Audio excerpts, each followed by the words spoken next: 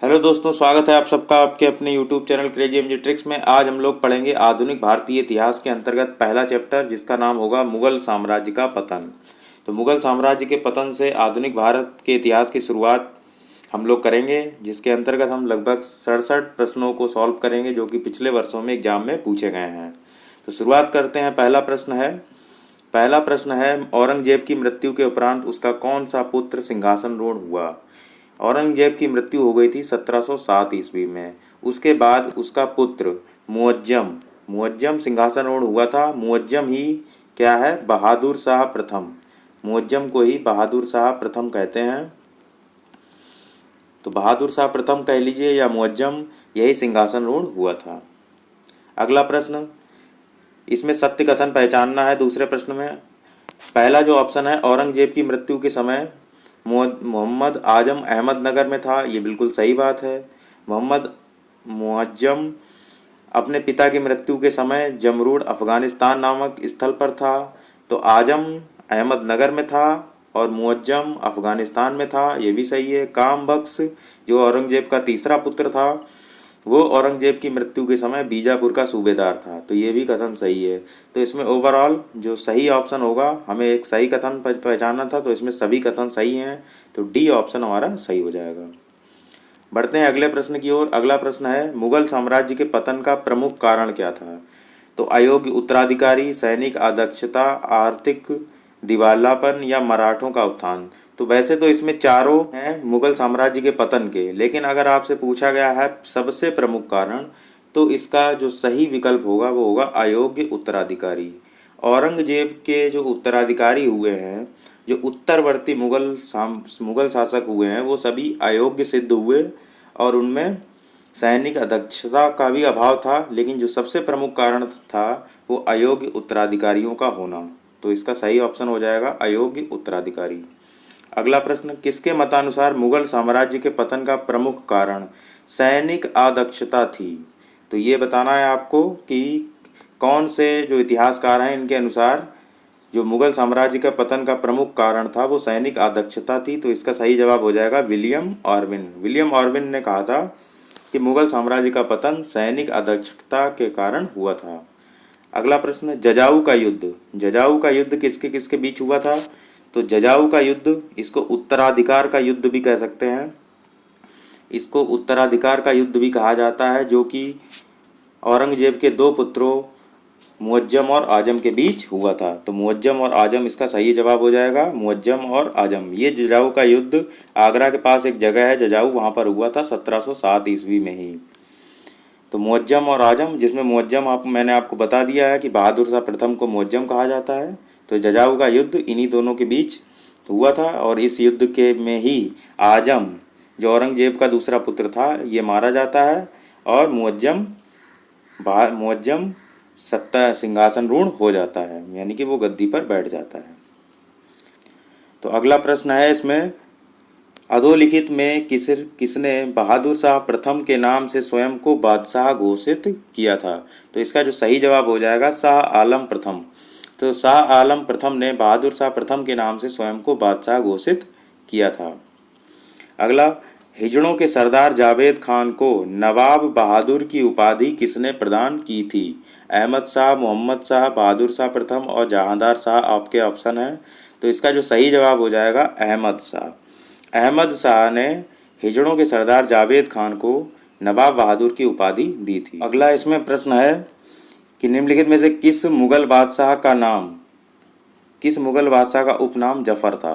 तो जफर आप जानते हैं बहादुर शाह जो बहादुर शाह द्वितीय था, इसी का उपनाम जफर था, या बहादुर शाह सेकंड को जफर नाम से भी जाना जाता है। जफर का मतलब होता है शायर। तो ये शायरी भी करते थे। 1857 जो स्वतंत्रता संग्राम हुआ था वो इन्हीं की, जब ये मुगल शासक थे तभी इनके समय ही हुआ था। तो बहादुर शाह द्वितीय, इनको जफर भी कहा जाता है। बढ़ते हैं अगले प्रश्न की ओर। अगला प्रश्न है, निम्नलिखित में से किसका वास्तविक नाम अली गौहर था। तो आपको बताना है किसका वास्तविक नाम अली गौहर था। तो इसमें ऑप्शन है शाह आलम द्वितीय, आलमगीर द्वितीय, मोहम्मद शाह और शाहजहां द्वितीय।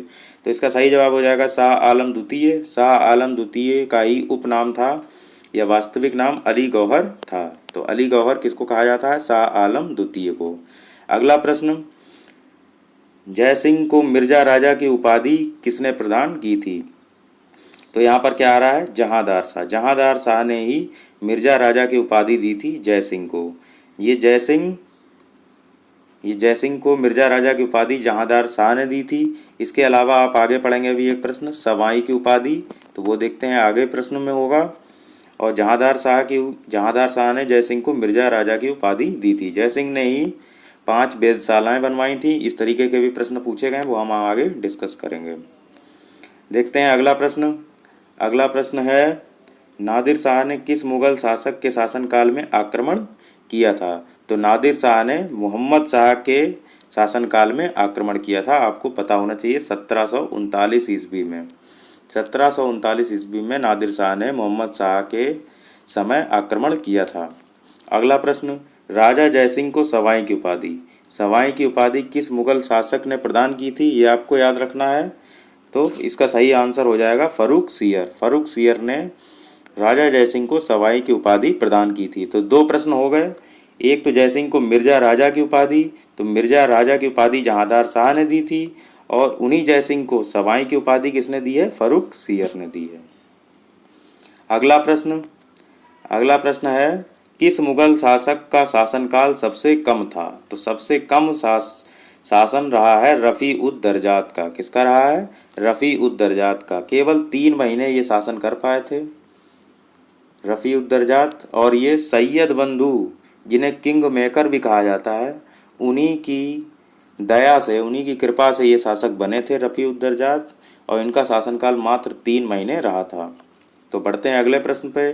अगला प्रश्न है 1835 ईस्वी में किसके समय में मुगलों के सिक्के बंद हो गए थे? तो इसका सही जवाब हो जाएगा अकबर द्वितीय। अकबर द्वितीय के शासनकाल में मुगलों के सिक्के बंद हो गए थे। उस समय अंग्रेज़ों का शासनकाल बढ़ रहा था, तो अकबर द्वितीय के जो मुगलों के सिक्के चल रहे थे, अकबर द्वितीय के शासनकाल में अंग्रेज़ों ने बंद करवा दिए थे, और इनकी पेंशन भी रुकवा दी थी। इन्हीं की पेंशन को रुकवाने के लिए, मतलब फिर से प्राप्त करवाने के लिए, राजा राम मोहन राय लंदन गए थे। ये सब कहानी आपको पता होगी। बढ़ते हैं अगले प्रश्न को। अगला प्रश्न है निम्नलिखित, इसमें हमें सुमेलित करना है। तो यहाँ पर 4 बादशाह दिए हुए हैं, मुगल बादशाह, और यहाँ पर इनकी उपाधियाँ दी गई हैं या उपनाम दिए हुए हैं। इनको आपको सुमेलित करना है। तो बहादुर शाह को, जो बहादुर शाह प्रथम है और एक द्वितीय है, तो यहाँ पर कुछ मेंशन नहीं है, तो हम बहादुर शाह फर्स्ट मानेंगे। तो बहादुर शाह फर्स्ट को साहे बेखबर कहा जाता है। इसके बाद आता है जहांदार शाह को लंपट मूर्ख कहा जाता है। इसके बाद जो मोहम्मद शाह है, इसको रंगीला कहा जाता है। और फर्रुख सियर को घृणित कायर या गीदड़ शायर, इस तरीके से भी लिखा होता है किताब में। तो ये फर्रुख सियर को घृणित कायर कहा जाता है। तो बहादुर शाह को साहे बेखबर, जहांदार शाह को लंपट मूर्ख, फर्रुख सियर को घृणित कायर, और मोहम्मद शाह को रंगीला कहा जाता है। अब आते हैं अगले प्रश्न पर। अगला प्रश्न है निम्नलिखित में से किस परिवर्ती मुगल बादशाह ने शाहजहां द्वितीय की उपाधि धारण की थी? तो इसका सही जवाब हो जाएगा रफ़ी उद दौला। रफ़ी उद दौला ने ही शाहजहां द्वितीय की उपाधि धारण की थी, तब मुगल गद्दी पर बैठा था। अगला प्रश्न राजा राम मोहन राय को राजा की उपाधि किस मुगल बादशाह ने दी थी? तो राजा राम मोहन राय को अकबर द्वितीय ने राजा की उपाधि दी थी। अगला प्रश्न किस मुगल शासक के समय राजकाल में लाल कुंवरी नामक गणिका अति प्रभावशाली थी? गणिका एक वैश्या थी या नृत्यांगना थी, जो कि जिसका बहुत अधिक प्रभुत्व हो गया था। किसके शासनकाल में? जहांदार शाह के शासनकाल में, जिसको लंपट मूर्ख कहा जाता है। इसी के शासनकाल में लाल कुंवरी नामक वैश्या या गणिका, और ये इसका प्रभाव बहुत ज़्यादा बढ़ गया था। यहाँ तक कहा जाता है कि ये जो लाल कुंवरी नामक जो गणिका थी या नृत्यांगना थी, इसने अपने परिवार के लोगों को मुगल दरबार में उच्च पदों पर आसीन करवा दिया था जहांदार शाह के द्वारा।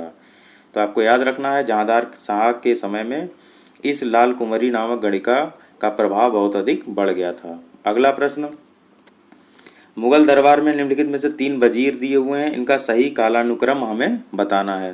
तो इसका सही जवाब होगा, सबसे पहले आते हैं जावेद खां, उसके बाद आएगा सफदरजंग, उसके बाद इमाद उल मुल्क। तो 312 इसका सही आंसर होगा, डी ऑप्शन। अगला, मुगल दरबार में विभिन्न दलों एवं उनके नेताओं को हमें सुमेलित करना है। तो ये यहाँ पर दल दिए हुए हैं, इसको गुट भी कहा जाता है। ये गुट दिए हुए हैं, यहाँ पर उनसे संबंधित नेता दिए हुए हैं। तो 3 जो दल या गुट हैं वो प्रमुख हैं, जिसमें हिंदुस्तानी दल, इसके जो 2 प्रमुख नेता हैं हुसैन अली और अब्दुल्ला खां, इनको किंग मेकर भी कहा जाता है। क्या कहा जाता है? King maker. इन्हीं को सैयद बंधु कहा जाता है, किंग मेकर कहा जाता है। क्यों? क्योंकि इन्होंने 4 मुगल बादशाहों को गद्दी पर बैठाया था अपने दम पर, तो इसीलिए इन्हें किंग मेकर की संज्ञा दी जाती है, हुसैन अली और अब्दुल्ला खां। इसके बाद आता है तुरानी दल। तुरानी दल का जो नेता था वो क्या, ये हैदराबाद वाला निजामुल मुल्क या चिनकलिच खां। निजामुल मुल्क चिनकलिच खां ये तुरानी दल का नेता हो गया। हिंदुस्तानी दल में हो गए हैं हुसैन अली और अब्दुल्ला खां। इसके बाद ईरानी दल में जुल्फ़िकार खां जो प्रमुख नेता था, ये याद रखना है। और ईरानी दल के जो प्रमुख लोग थे वो क्या थे? सिया संप्रदाय को मानने वाले थे। अब बचा अफ़गानी दल, ये आप अपने आप हो जाएगा डॉक्टर मोहम्मद खां बंगस और अली मोहम्मद खां। तो फिर से बता दे रहा हूँ, अली हिंदुस्तानी दल जो हो जाएगा हुसैन अली अब्दुल्ला खां। इसके बाद तुरानी दल, ये हो जाएगा निजामुल मुल्क या चिनकलिच खां। अफ़गानी दल में मोहम्मद खां बंगस और अली मोहम्मद खां। और ईरानी दल में अमीर खां या जुल्फ़िकार खां इसमें प्रमुख है। अगला प्रश्न यही आ गया, देखिए जो मैंने अभी आपको बताया था, भारतीय इतिहास में किंग मेकर किसे कहा जाता है? तो किंग मेकर के नाम से प्रसिद्ध हैं सैयद बंधु। क्या है? सैयद बंधु भारतीय इतिहास में किंग मेकर के रूप में जाने जाते हैं और उनका नाम है हुसैन अली और अब्दुल्ला खां। ये इंपॉर्टेंट क्वेश्चन है। हुसैन अली और अब्दुल्ला खां को भारतीय इतिहास में किंग मेकर नाम से जाना जाता है। क्यों? क्योंकि इन्होंने 4 मुगल बादशाहों को सिंहासन रूढ़ करवाया था अपने दम पर। अगला प्रश्न, किस मुगल बादशाह के शासनकाल में सैयद बंधु प्रभावशाली और शक्तिशाली बन गए थे? तो इसका सही जवाब हो जाएगा फ़ारुख सियर। फ़ारुख सियर जो कि उत्तरवर्ती मुगल शासक में जो 11 प्रमुख मुगल शासक हुए हैं उसमें तीसरे नंबर पे था। पहले पर बहादुर शाह प्रथम, फिर जहांदार शाह और तीसरे नंबर पे आता है फ़ारुख सियर का नंबर। तो फ़ारुख सियर के समय पर ही जो सैयद बंधु थे वो और अधिक प्रभावशाली और शक्तिशाली बन गए थे। तो आपको याद रखना है फ़ारुख सियर सैयद बंधुओं ने ही फ़ारुख सियर को मुगल दरबार में गद्दी पर बैठावाया था। अगला प्रश्न, सैयद बंधुओं का अंत किसके समय हुआ है? तो सबसे शुरुआत हुई थी फ़ारुख सियर के समय पर, और किसके समय में इनका अंत हुआ है? तो इसका सही जवाब हो जाएगा मोहम्मद शाह। मोहम्मद शाह के समय सैयद बंधुओं का अंत करवा दिया था मोहम्मद शाह के ही द्वारा। तो इसका 23 का ऑप्शन हो जाएगा ए सही। अगला प्रश्न, सैयद बंधुओं के दमन में किस गुट ने मुख्य भूमिका निभाई थी? तो इसका जो सही जवाब हो जाएगा, सैयद बंधुओं ने किस गुट के माध्यम से इनका दमन करवाया था? तो इसका सही जवाब हो जाएगा तुरानी दल। और इसमें मैंने आपको बताया था जो प्रमुख नेता था वो क्या था? चिनकलिच खां, जिसको निजामुल मुल्क भी कहते हैं, अभी मैंने आपको बताया था। उसी तुरानी दल का नेता था ये चिनकलिच खां, और इसी गुट ने सैयद बंधुओं का दमन करवाया था। अगला प्रश्न, नादिर शाह का दिल्ली पर आक्रमण कब हुआ था? तो नादिर शाह का दिल्ली पर आक्रमण हुआ था 24 फरवरी 1739 ईस्वी में। ये डेट इम्पॉर्टेंट है। दिल्ली पर आक्रमण हुआ है नादिर शाह का 24 फरवरी 1739 ईस्वी में। अगला, नादिर शाह और मोहम्मद शाह के मध्य समझौता कराने में किसने प्रमुख भूमिका निभाई थी? तो नादिर शाह और मोहम्मद शाह के बीच समझौता करवाया था जो कि वह उस समय मीर बख्शी था, उसका नाम था निजामुल मुल्क ने नादिर शाह मोहम्मद शाह के बीच समझौता करवाने का प्रयास किया था। अगला प्रश्न, नादिर शाह के आक्रमण के समय मुगल सेना का मीर बख्शी कौन था? तो मीर बख्शी कहा जाता है सेनापति को। किसको कहा जाता है? सेनापति को कहा जाता है। तो नादिर शाह के आक्रमण के दौरान कौन मीर बख्शी था? तो इसका सही जवाब हो जाएगा खाने खाने दौरान उस समय मीर बख्शी था। अगला प्रश्न, करनाल के युद्ध में खाने दौरान मारा जाता है और उसके बाद मोहम्मद शाह किसे मीर बख्शी का पद दे देता है? तो इसका सही जवाब हो जाएगा निजामुल मुल्क। ये आ गया निजामुल मुल्क, जिसकी मैंने अभी पहले चर्चा की थी। तो पहले कौन था? खाने दौरान था मीर बख्शी, जब नादिर शाह का आक्रमण हुआ था। नादिर शाह का और मोहम्मद शाह जिस युद्ध में भिड़े थे उसी को करनाल का युद्ध कहा जाता है। अगला प्रश्न देखते हैं, अहमद शाह अब्दाली ने भारत पर प्रथम आक्रमण के समय मुगल शासक कौन था? तो इसका सही जवाब हो जाएगा मोहम्मद शाह। तो मोहम्मद शाह, जिसको रंगीला बादशाह भी कहा जाता है, रंगीला बादशाह भी कहा जाता है, ये अहमद शाह अब्दाली ने जब भारत पर आक्रमण किया था पर पहली बार, तो इसने अहमद शाह अब्दाली ने वैसे तो 7 बार आक्रमण किया, लेकिन जब पहली बार आक्रमण किया था तो उस समय मोहम्मद शाह मुगल शासक था। तो अगला प्रश्न है आ भी वही गया जो मैंने अभी बताया कि अहमद शाह अब्दाली ने भारत पर कितने बार आक्रमण किया? तो इसका सही जवाब हो जाएगा 7 बार। 7 बार आक्रमण किया था अहमद शाह अब्दाली ने भारत पर। अगला प्रश्न, पानीपत का तृतीय युद्ध के समय मुगल सम्राट कौन था? तो पानीपत का तृतीय युद्ध आपको पता होना चाहिए 1761 में लड़ा गया था। इसमें अहमद शाह अब्दाली ने मराठों को बुरी तरह पराजित किया था। तो आपको बताना है कि तृतीय युद्ध में मुगल सम्राट कौन था? तो मुगल सम्राट कौन था? शाह आलम द्वितीय था। तो पानीपत के तृतीय युद्ध में शाह आलम द्वितीय था। इसी के समय में बक्सर का युद्ध भी लड़ा गया है जो कि 1764 ईस्वी में हुआ था। तो ये 2 बातें आपको याद रखनी है कि 1761 में पानीपत का तृतीय युद्ध लड़ा गया था, उस समय भी शाह आलम द्वितीय था मुगल शासक, और बक्सर के युद्ध के समय भी शाह आलम द्वितीय था मुगल शासक। अगला प्रश्न, अहमद शाह अब्दाली के आक्रमण के परिणाम स्वरूप क्या हुआ? अहमद शाह अब्दाली के आक्रमण के परिणाम स्वरूप क्या हुआ? तो ये सब कुछ इसमें दिया हुआ है कि कौन सा ऑप्शन सही होगा। वैसे तो लेकिन यहाँ पर देखिए मुख्य कारण अगर देखा जाए तो सिख शक्ति का अभ्युदय होता है। क्या होता है? सिख शक्ति का अभ्युदय होता है अहमद शाह अब्दाली के परिणाम स्वरूप। ये काम नहीं होते हैं। मुगल साम्राज्य की दुर्बल हुआ, ये तो पहले से ही दुर्बल था। अंग्रेज़ों को कोई चिंता नहीं थी उस समय। अहमद शाह अब्दाली आक्रमण कर रहा था, उन्हें तो फ़ायदा ही हो रहा था, मुगल शक्ति कमज़ोर हो रही थी। लेकिन सिख शक्ति इनका अभ्युदय होता जा रहा था, क्योंकि पंजाब जो कि दिल्ली से सटा हुआ राज्य है, वहाँ पर सिख शक्ति विस्तारित होती चली जा रही थी। तो इसका सही ऑप्शन हो जाएगा बी ऑप्शन। अगला, अहमद शाह अब्दाली ने किस आक्रमण के फलस्वरूप पानीपत का तृतीय युद्ध हुआ था? कौन सा आक्रमण था? तो पहले बताया था अहमद शाह अब्दाली ने 7 बार आक्रमण किया है। तो जब 5वीं बार आक्रमण किया था उसी समय पानीपत का तृतीय युद्ध हुआ है। तो किस आक्रमण के फलस्वरूप हुआ है? यही 5वां युद्ध जब लड़ा गया था, तो उसी समय पानीपत का तृतीय युद्ध माना जाता है। तो पानीपत का तृतीय युद्ध अहमद शाह अब्दाली और मराठों के बीच लड़ा गया 1761 में। तो वो 5वां आक्रमण था अहमद शाह अब्दाली का। अगला प्रश्न, सफदरजंग को अहमद शाह ने 1748 में किस पद पर नियुक्त किया था? सफदरजंग को अहमद शाह ने किस पद पर नियुक्त किया था? तो इसका सही जवाब हो जाएगा वजीर, प्रधानमंत्री पद पर नियुक्त किया था। अगला प्रश्न, बक्सर का युद्ध के समय मुगल शासक कौन था? तो अभी मैंने आपको बताया ही था, शाह आलम द्वितीय था। कौन था? शाह आलम द्वितीय था। अहमद शाह अब्दाली ने के भारत पर आक्रमण का प्रमुख उद्देश्य क्या था? तो ये जितने भी ईरानी शासक भारत पर आक्रमण किए, पहले नंबर पे नादिर शाह ने आक्रमण किया था 1739 में, फिर अहमद शाह अब्दाली ने भारत पर आक्रमण किया। ये दोनों ईरानी शासक थे और नादिर शाह को ईरान का नेपोलियन भी कहा जाता है। लेकिन इनका जो प्रमुख उद्देश्य था भारत पर आक्रमण करने का, वो था धन को लूटना। तो इसका सही ऑप्शन हो जाएगा 36 का ए। बढ़ते हैं 37वें प्रश्न पर, किस अंग्रेजी डॉक्टर ने फर्रुखसियर के फोड़े ठीक कर दिए थे? तो ये एक वक्तव्य आता है, इसमें जो विलियम हैमिल्टन है, ये एक डॉक्टर थे जो एक डेलीगेट्स आया था उस समय फर्रुखसियर के दरबार में।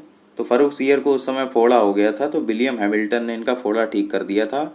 इसी के एवज में फर्रुखसियर ने एक शाही फरमान जारी किया था। क्या किया था? शाही फरमान जारी किया था।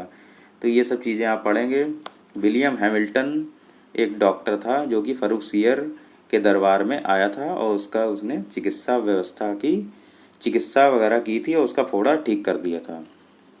अगला प्रश्न, करनाल का युद्ध कब हुआ है?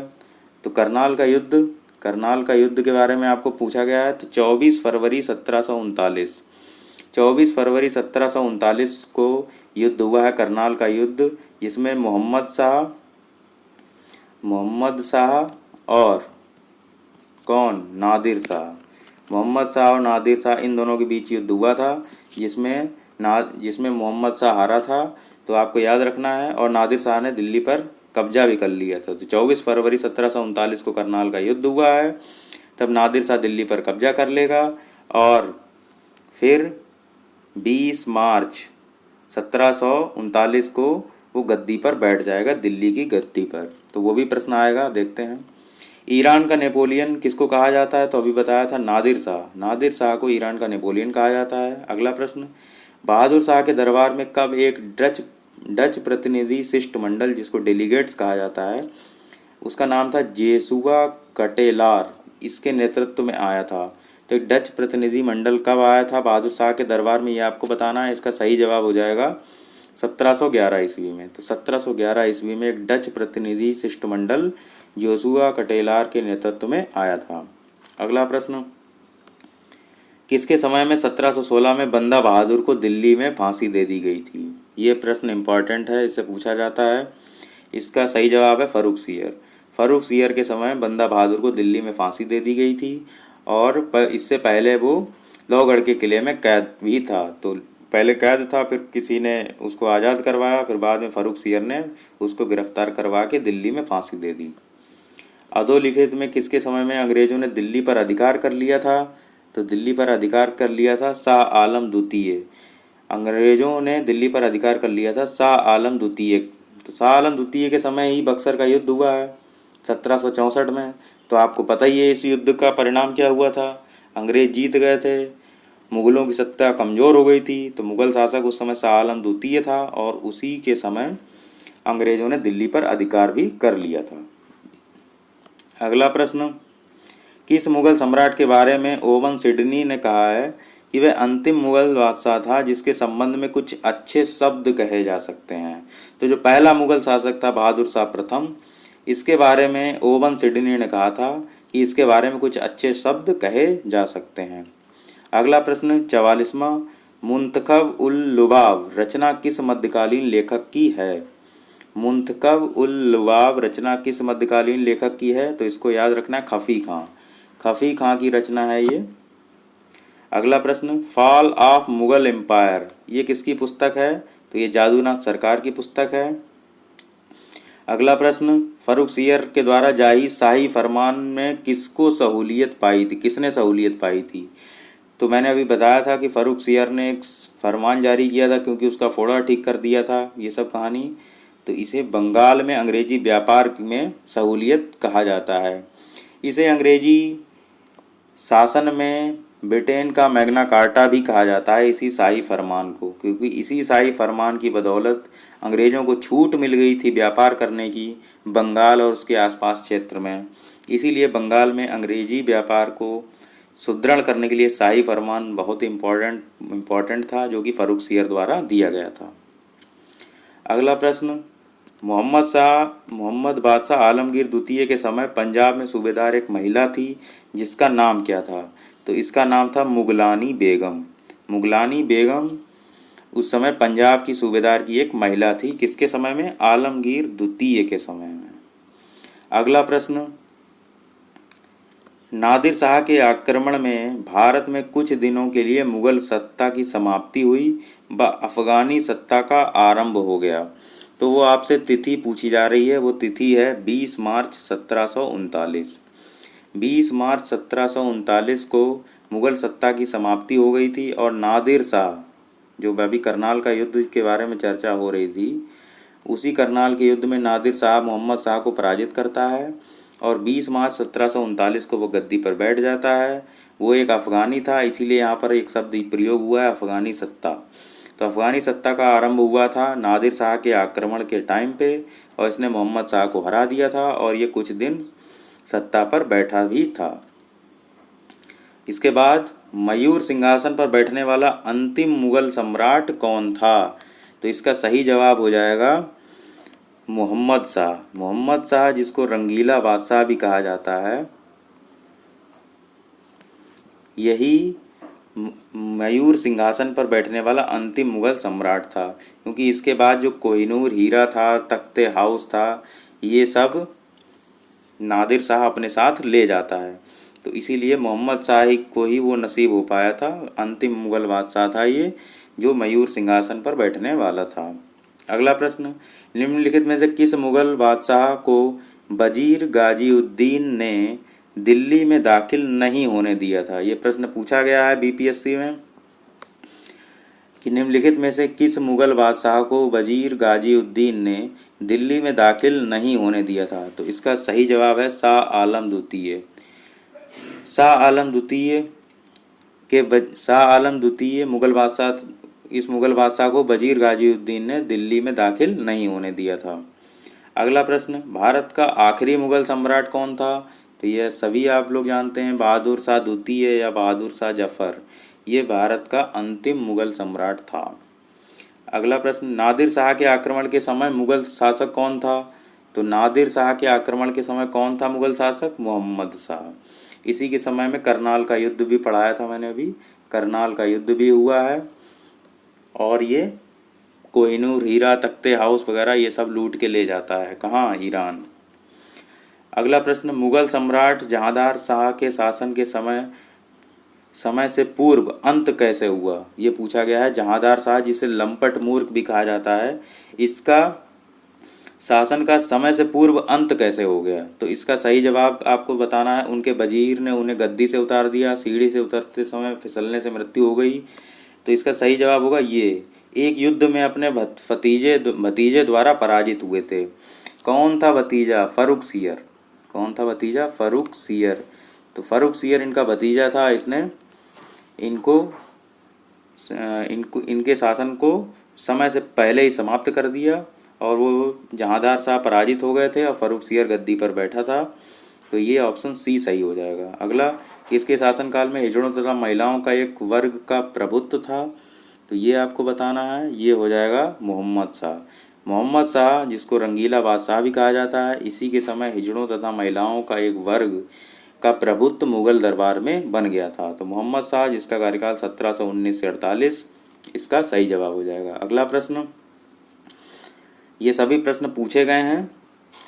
अंतिम मुगल सम्राट बहादुर शाह था, उसके पिता का नाम पूछा गया है। तो बहादुर शाह द्वितीय अंतिम था, और इससे पहले कौन आएगा? अकबर द्वितीय। तो अकबर शाह द्वितीय या अकबर द्वितीय, इसकी पेंशन अंग्रेजों ने बंद करवा दी थी। राजा राम मोहन राय ब्रिटेन गए थे इनकी पेंशन को दोबारा प्रारंभ करवाने के लिए, और उन्हें राजा की उपाधि भी दी गई थी अकबर द्वितीय द्वारा। तो यही थे अकबर द्वितीय, जो कि बहादुर शाह द्वितीय या जफर के पिता थे। तो अकबर शाह इसमें सही उत्तर हो जाएगा।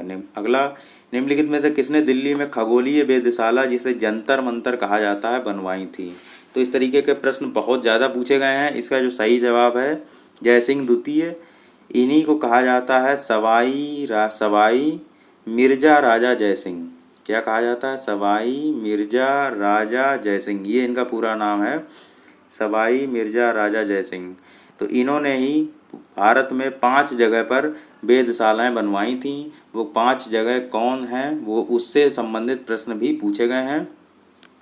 तो मैं अभी आपको बताऊंगा, पहले ये प्रश्न कर लेते हैं, और जहाँ पर वो प्रश्न आएगा वहीं पर मैं वो डिस्कस कर दूंगा। निम्नलिखित कथनों में से कौन बहादुर शाह जफर के बारे में सही नहीं है? तो वह बिना साम्राज्य का सम्राट था, बिल्कुल सही बात है ये। इब्राहिम जौक और असद उल्ला खां गालिब उसके कविता के शिक्षक थे, ये भी सही है। हसन अस्करी उसके आध्यात्मिक निर्देशक थे, ये भी सही है। लेकिन ये वाला गलत हो जाएगा कि वह 1 लाख रुपए से कम प्रतिमाह ईस्ट इंडिया कंपनी के रूप में पेंशन प्राप्त करता था। तो ज़्यादा पेंशन थी, इतनी पेंशन नहीं थी। तो ये ऑप्शन हमें बताना था, सही नहीं है। तो ये इसका सही जवाब हो जाएगा डी। अगला प्रश्न, निम्नलिखित में से जिस एक शासक ने ईस्ट इंडिया कंपनी को दीवानी प्रदान की थी? तो ये बताना है किसने दीवानी प्रदान की थी। तो अभी मैंने बताया था, इसका जो एक शाही फरमान के बारे में भी बताया था। तो इसका जो सही जवाब है वो शाह आलम द्वितीय है। तो शाह आलम द्वितीय जिसके समय में बक्सर का युद्ध हुआ है, जब ये पराजित हो जाता है, सब कुछ हार जाता है, तो इससे पहले की ही वो घटना की ईस्ट इंडिया कंपनी को वो दीवानी प्रदान करता है। तो ईस्ट इंडिया कंपनी को दीवानी प्रदान करने में किसका काम है? शाह आलम द्वितीय का। किसका हो जाएगा? शाह आलम द्वितीय का। अब देखिए वही प्रश्न आ रहा है कि महाराजा जयसिंह ने वेधशालाएं कहाँ कहाँ बनवाई थी। 4 ऑप्शन है, दिल्ली, जयपुर, उज्जैन और वाराणसी। इस तरीके के प्रश्न आपको कई बार मिलेंगे। तो इसके लिए आप एक ट्रिक बना लीजिए। इसकी जो ट्रिक हो जाएगी, जदयू एक भारत में एक राजनीतिक दल है, उसके बाद MV, ये 5 जगहों पर भारत में वेधशालाएं बनवाई गई थी, जिसे नक्षत्रशाला भी कह सकते हैं, वेधशालाएं। तो J से क्या हो जाएगा? जयपुर, D से हो जाएगा दिल्ली, U से हो जाएगा उज्जैन, M से हो जाएगा मथुरा और V से वाराणसी। जयपुर, दिल्ली, उज्जैन, मथुरा और बनारस, इन 5 जगहों पर बनवाई थी वेधशालाएं। तो इसमें ये जो लगा हुआ है ये देख लीजिए, वेधशालाएं कहाँ बनवाई थी। तो इसमें ये चारों जगह पे बनवाई थी, तो इसका D ऑप्शन सही हो जाएगा। अगला, 1773 में जिज मोहम्मद शाही पुस्तक जो कि नक्षत्रों से संबंधी ज्ञान से संबंधित है, किसने बनवाई थी? तो जयपुर के सवाई जयसिंह, यही सही जवाब हो जाएगा। तो सवाई जयसिंह से बहुत लगभग 8 प्रश्न हमें देखने को मिले हैं। वो 8 प्रश्न आप याद कर लीजिए कि सवाई की उपाधि किसने दी, जयसिंह, मिर्जा राजा की उपाधि किसने दी, या उन्होंने कहाँ पर वेधशालाएं बनवाई, या जिज मोहम्मद शाही पुस्तक के लेखक कौन है। ये सभी प्रश्न सवाई जयसिंह मिर्जा राजा से संबंधित हैं। अगला, निम्नलिखित में से कौन सा अवध का प्रथम नवाब था?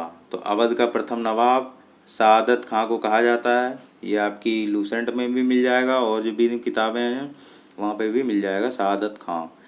अगला प्रश्न, निम्नलिखित में से किस मुगल सम्राट ने अंग्रेजों को बंगाल में शुल्क मुक्त व्यापार की सुविधा प्रदान की थी?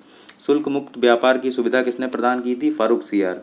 तो ये एक शाही फरमान जिसको कहा जाता है, उसी के अंतर्गत शुल्क मुक्त व्यापार की सुविधा प्रदान की थी अंग्रेजों को बंगाल में। तो ये फर्रुखसियर ने ही कहानी खराब कर दी थी। उसके बाद से अंग्रेजों का जो व्यापार था वो उसका क्षेत्र बढ़ना शुरू हो गया था। तो फर्रुखसियर इसका सही जवाब हो जाएगा। अगला प्रश्न, निम्नलिखित में से कौन हैदराबाद के स्वतंत्र राज्य का संस्थापक था? तो जो मैंने तीसरा गुट बताया था, तुरानी गुट, एक ईरानी गुट था, एक सैयद या हिंदुस्तानी गुट था और तीसरा तुरानी गुट था। उसी गुट का एक नेता था चिंगलिज खां, इसी को निजामुल मुल्क भी कहते हैं। इसी ने हैदराबाद में एक स्वतंत्र राज्य की स्थापना की थी। हैदराबाद जो बनाया था, अगर आपसे हैदराबाद का संस्थापक पूछा जाए तो चिंगलिज खां हो जाएगा। अवध का हो जाएगा सादत खां। बंगाल का पूछा जाए तो हो जाएगा मुर्शीद कुली खां। तो इस तरीके से हमने ये 63, अभी 4 प्रश्न और बचे हुए हैं, ये भी देख लेते हैं। औरंगजेब की 1707 में मृत्यु हो जाती है और उसके बाद सत्ता किसने संभाली? तो बता ही चुका, बहादुर शाह प्रथम। बहादुर शाह प्रथम, जिसे शाह ए बेखबर कहा जाता है। क्या कहा जाता है? शाह ए बेखबर। शाह ए बेखबर कहा जाता है। इसी ने गद्दी संभाली या सत्ता संभाली थी। कौन सा मुगल बादशाह रंगीला कहा जाता है? तो मोहम्मद शाह। सभी के उपनाम, जितने भी उत्तर मुगल शासक 11 हुए हैं, इनके उपनाम आपको याद होने चाहिए, किसको क्या कहा जाता है। तो रंगीला नाम से कौन जाना जाता है? मोहम्मद शाह। अगला प्रश्न, जयपुर के महाराजा सवाई जयसिंह ने वेधशाला नहीं बनवाई थी। तो अभी मैंने 5 ऑप्शन बताया, 5 जगहें बताई थी। JDUMB आपको याद रखना है, जिसमें जयपुर, दिल्ली, U से उज्जैन, M से मथुरा और V से वाराणसी, या B है वाला बना लीजिए, V से वाराणसी। तो इसमें देखिए इलाहाबाद नहीं आ रहा है, तो यही ऑप्शन हमारा सही हो जाएगा। मतलब इलाहाबाद में वेधशाला नहीं बनवाई थी, उज्जैन, वाराणसी और मथुरा में बनवाई थी। अगला प्रश्न, निम्नलिखित में से कौन रूहेला सरदार अहमद शाह अब्दाली का विश्वास पात्र था? तो कौन विश्वास पात्र था अहमद शाह अब्दाली का? तो इसमें सही ऑप्शन हो जाएगा नजीब खां। तो नजीब खां अहमद शाह अब्दाली का विश्वास पात्र था। तो इस तरीके से हमने सभी प्रश्न उत्तर मुगल काल से जो भी संबंधित थे, इन्हीं में से ही आपको प्रश्न देखने को मिलेगा अगर वो एग्जाम में पूछा जाएगा। तो कैसा लगा आपको ये वीडियो कमेंट करके ज़रूर बताइएगा। मिलते हैं अगले वीडियो में, तब तक के लिए जय हिंद जय भारत।